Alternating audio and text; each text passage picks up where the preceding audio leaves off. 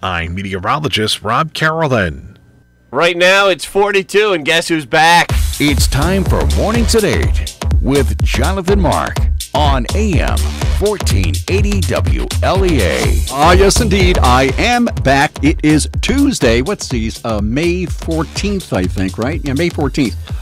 Yes, I'm back. And, the best that could be said for Tuesday is, as I said, at least it's not Monday. So it could be worse. And in my case, I'm very glad it's not Monday because Monday was not the absolutely best day I've ever had. Yeah, I took yesterday off. That's right. And here we are. Sunday was Mother's Day, right? And the weather is more like, right now, it's more like October or something. It's really strange weather.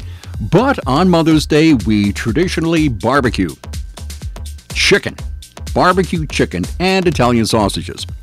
So Sunday, if you recall, I think the highest temperature we had was 44. That's a little brisk for just about midway through May. So we're going to barbecue chicken. One way or the other, we are going to barbecue.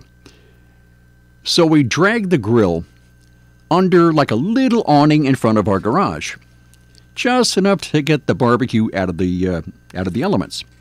So it's cold. As I said, we had a high of 44, and it's raining off and on all day long, and it was kind of breezy. So what a picture it was. Here it is on Mother's Day, and we're barbecuing chicken, and I'm wearing a winter coat. First, I tried going outside with just like a padded winter shirt, like the kind I'm wearing right now. And pretty soon I put on a winter coat, and we had a bunch of people over, so everybody is standing around in winter coats on Mother's Day.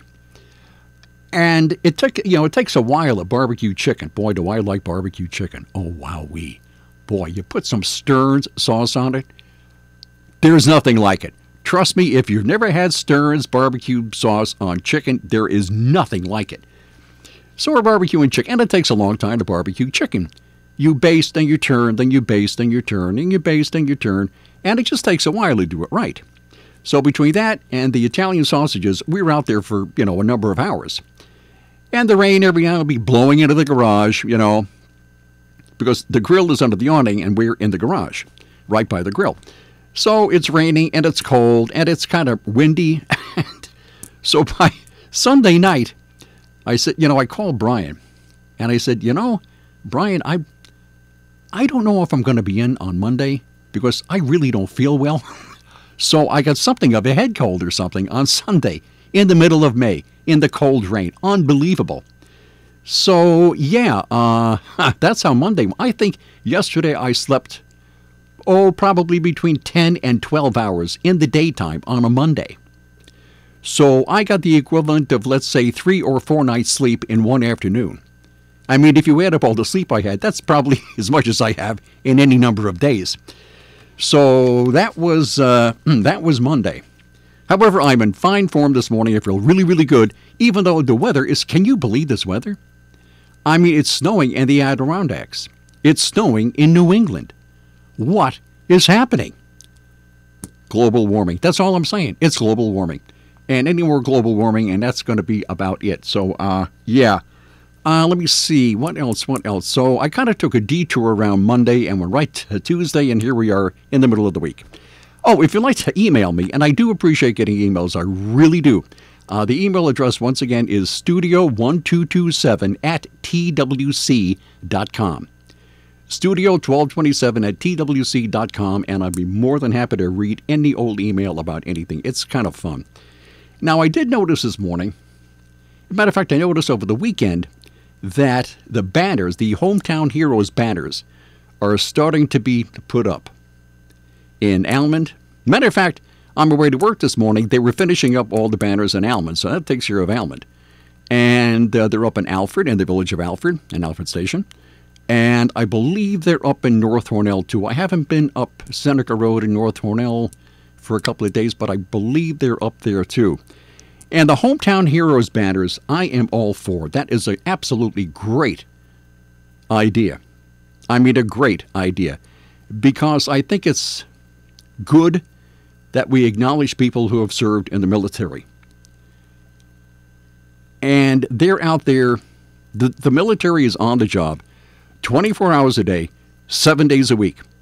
They're never not there. They are always there.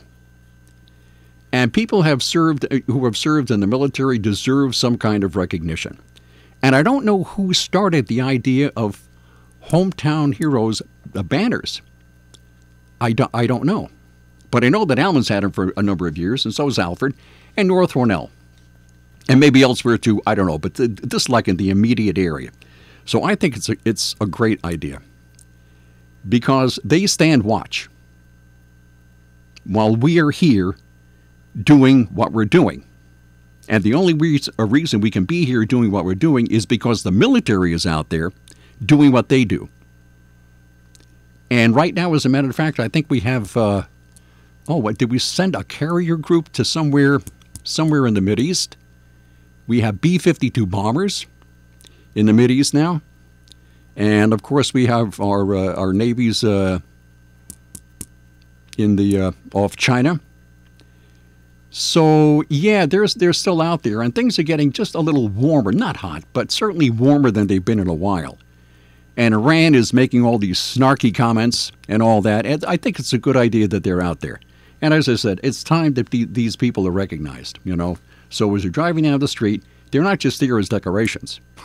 They're there as reminders that the military is out there and these people have served, you know. So anyway, that's the hometown banners. And it's also a sign of spring because you don't see them in the winter. They'd be torn apart, you know. So yeah, it's definitely a sign of spring. And Memorial Day is coming at some point here in a couple of weeks, 2 weeks or something. So there we are. Now, you've heard, I'm sure by now, that Doris Day has died. She was 97 years old.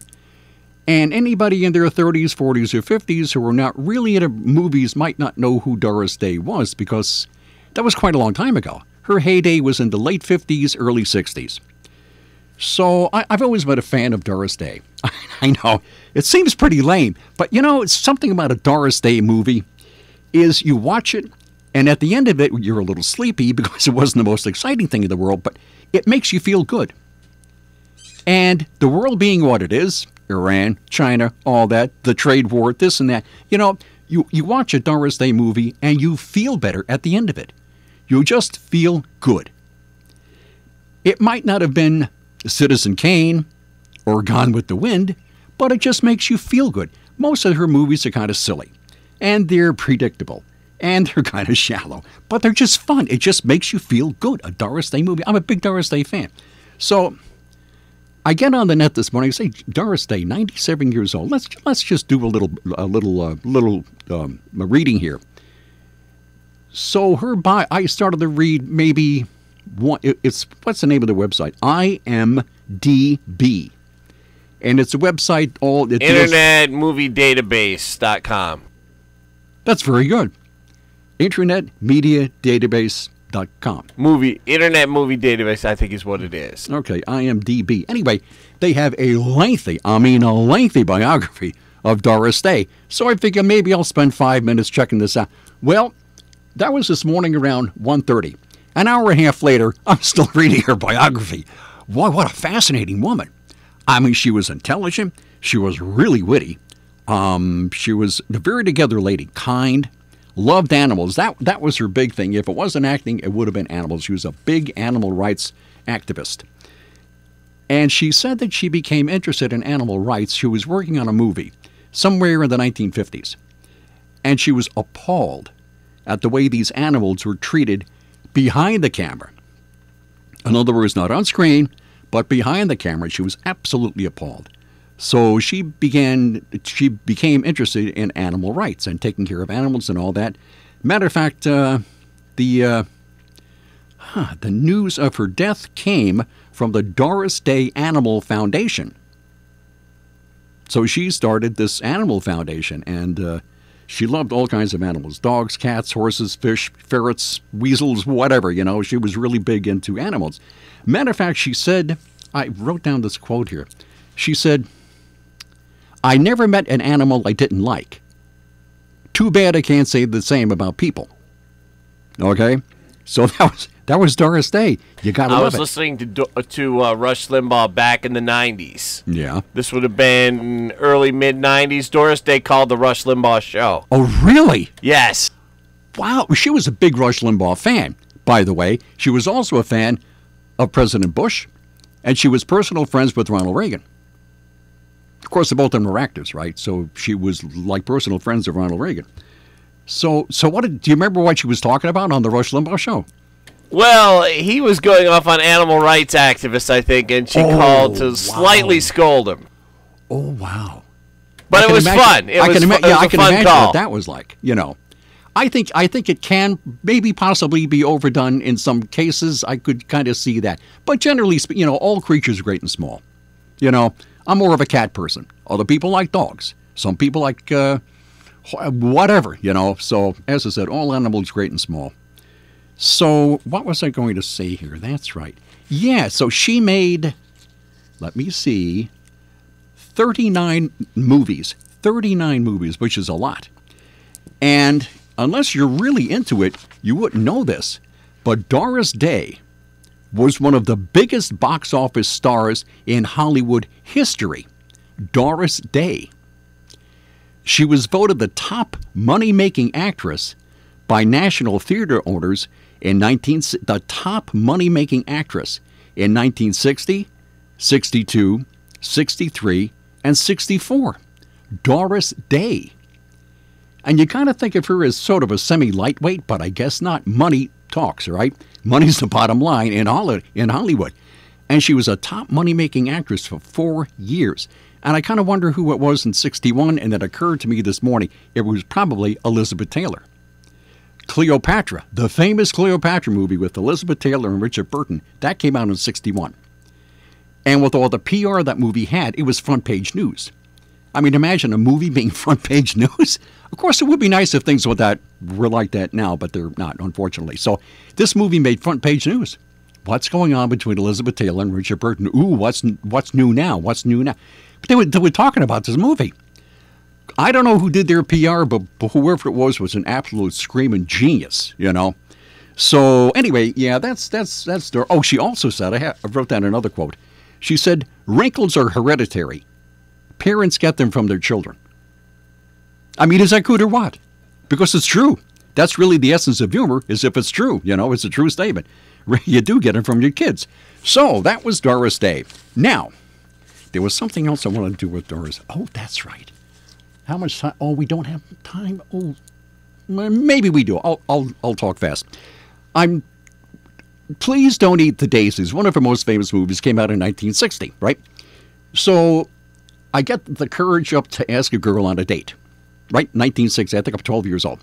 So the nearest the theater is miles and miles away. And I wanted to ask her to the movies, Please Don't Eat the Daisies.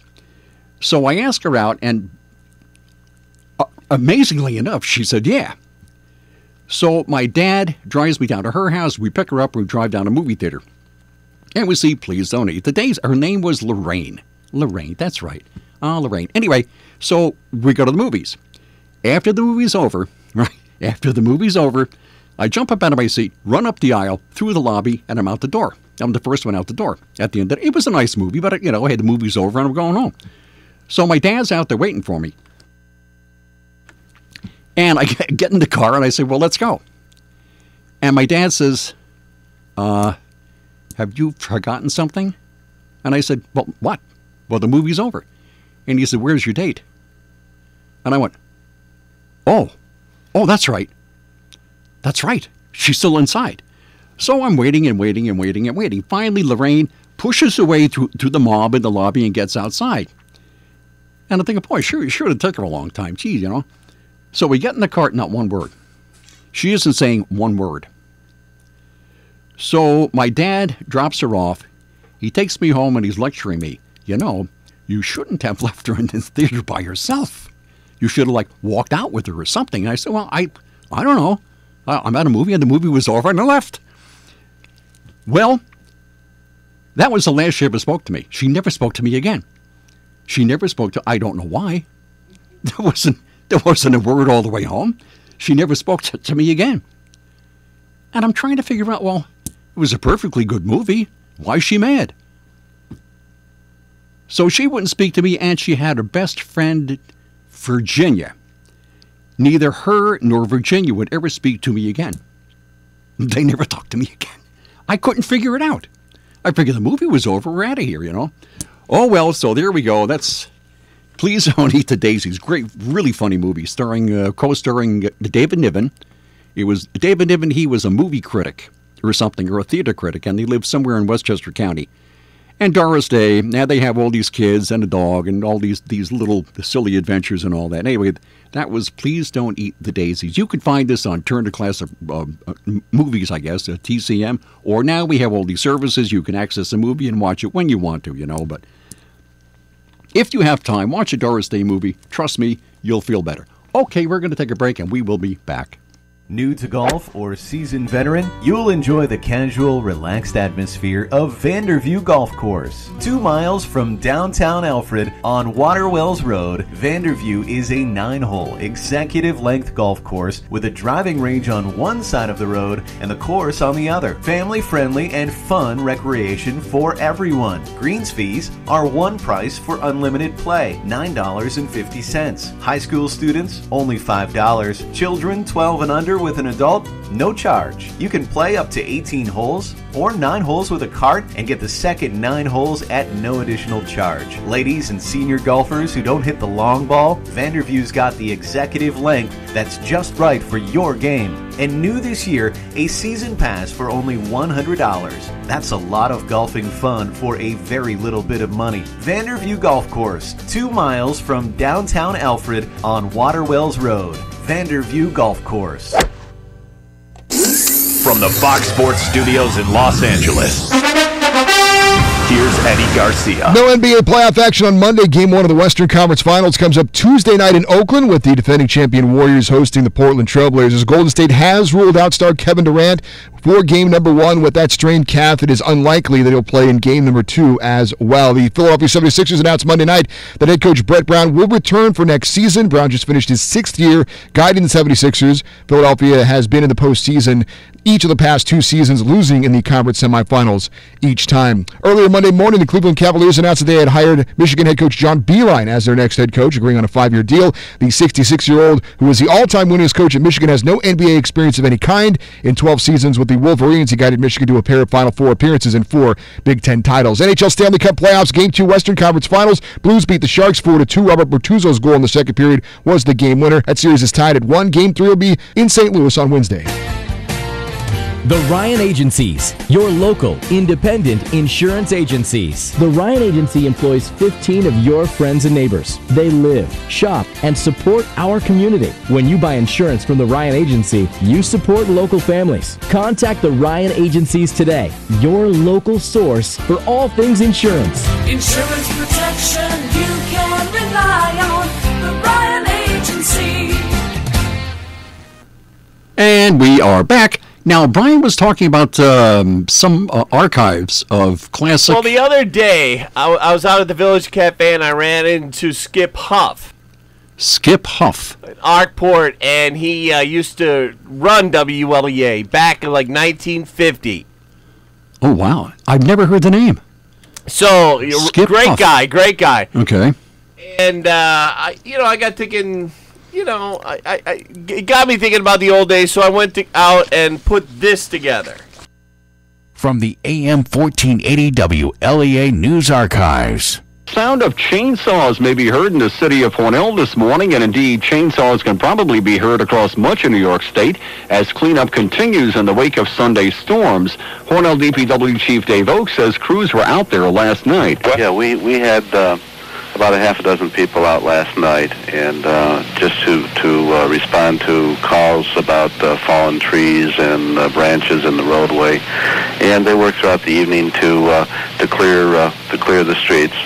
From the archives. Okay, we're on the line with Joe Latham. Joe, we have projected you the winner in the judges' race. Thanks very much. And, I think it'll hold up. Well, I'll continue to enjoy it as long as it does. Well, Joe, it would appear that in January you'll be able to put those robes back on. I hope they still fit. From the... Oh, wow. Well, I don't know about that first guy, but the second guy was pretty good. Wow, the WLEA archive. Now, where do you find these tapes, and who taped this stuff? There's boxes of tapes in the family home, in the garage, in the basement. There's tapes around the building, out in the shed out back. Sounds kind of like our house. There's stuff all over the place. Stuff all over the place. Yes, the archives of WLEA. Yes, and we have all kinds of. We have all kinds of interesting audio. All kinds of interesting audio in these recordings, Jonathan. Okay. I mean, I could just go on and play all kinds of old newscasts right now, even. Well, people, if people tune in at the second there and they haven't been listening, if you play an old newscast, they might go, huh? Really? I mean, unless you've been listening for the entire show, they think it's a newscast. Sure. So it could get a little want to hear confusing. an old ABC one? Want to hear an old ABC one? Sure. Here's a quick clip. I believe this is from the early 1990s. Today's election day in Israel with Prime Minister Yitzhak Shamir and his Likud party versus former Prime Minister Rabin and his Labor Party. Let's find out what the exit polls indicate. ABC's Peter Allen Frost in Tel Aviv. Israel Television called it a political revolution. An exit poll conducted for the television. Yeah, so we have all kinds of audio like that. Doug Limerick, Joe Templeton, all kinds of the old ABC guys. Yeah. Huh. Wowee. The station's been around a long, long time. Yeah, and I'm very proud to be associated with it. One way or the other. I was here, then I was gone, then I was back, then I was gone, then I'm back, and back I am. Yes, okay. Hey, did you see this? How much time have we? Not what you would call a lot. Vladimir Putin apparently plays ice hockey. And this is all over the net. It started Sunday. I think the first place I saw was the Washington Post. But good old Vlad is playing an exhibition ice hockey game. And I guess it's two Russian teams. And they're playing in Sochi or whatever it is. And oddly enough, could you believe it? This guy is some hockey player. Vladimir Putin scores 8 goals in one game. Or 7. Let's say 7. He scores 7 goals in one game, although another source says 8. In one game, that's impossible. I mean, a hat trick is 3, right? So, Vladimir is such a darn good ice hockey player, he scores 7 goals in one game. That's impossible. On the other hand, who's going to block him? Who's going to block him? Who's going to, hit him in the end of the boards or something, So you might be really hesitant before you try to block Vladimir Putin. So he scores 7 goals, and his team is taking a victory lap around the rink very slowly. And for some reason, I don't know what he was thinking or what happened, but somebody put a red carpet in front of his team's bench. He hits the carpet, the skate stops, and old Vlad goes bang right on his face. And it's all over the net. All you've got to do is Google or whatever you do, Vladimir Putin ice hockey, and you'll see the video. It's hilarious. Now, I'm thinking whoever put that red carpet there, their insurance company probably canceled their insurance like real quick. Okay, I'll see you tomorrow morning at 8:05. Bye.